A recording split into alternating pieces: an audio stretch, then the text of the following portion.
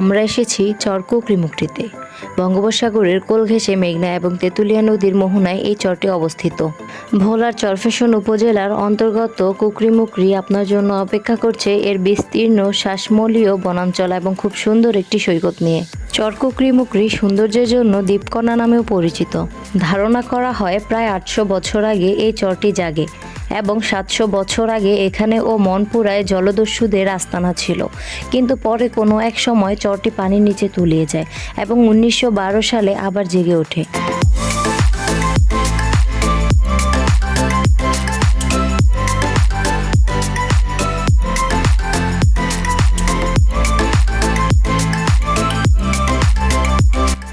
ঢাকা থেকে লঞ্চে সরাসরি যাওয়া যায় ভোলা জেলার চরফ্যাশন বেতুয়া বা ঘোষাইবাড়ির ঘাটে।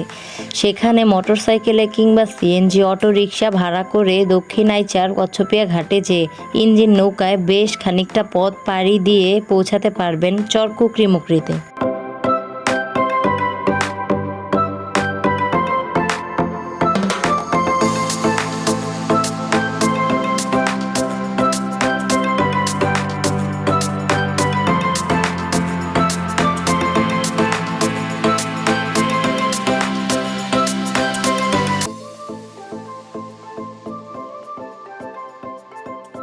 এই চরে থাকা আর খাওয়ার জন্য একমাত্র ভালো জায়গা সরকারি রেস্ট হাউস।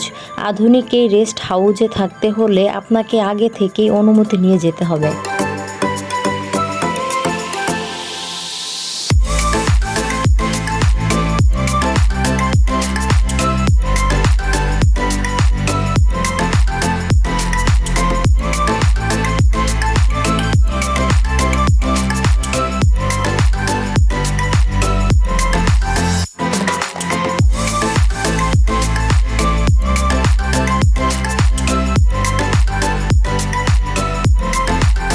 এখানে বন্যপ্রাণীর দেখা পেতে ভাগ্য সহায়তা যদি নাও পান, এই চরের প্রাকৃতিক সৌন্দর্য আপনাকে মুগ্ধ করবে।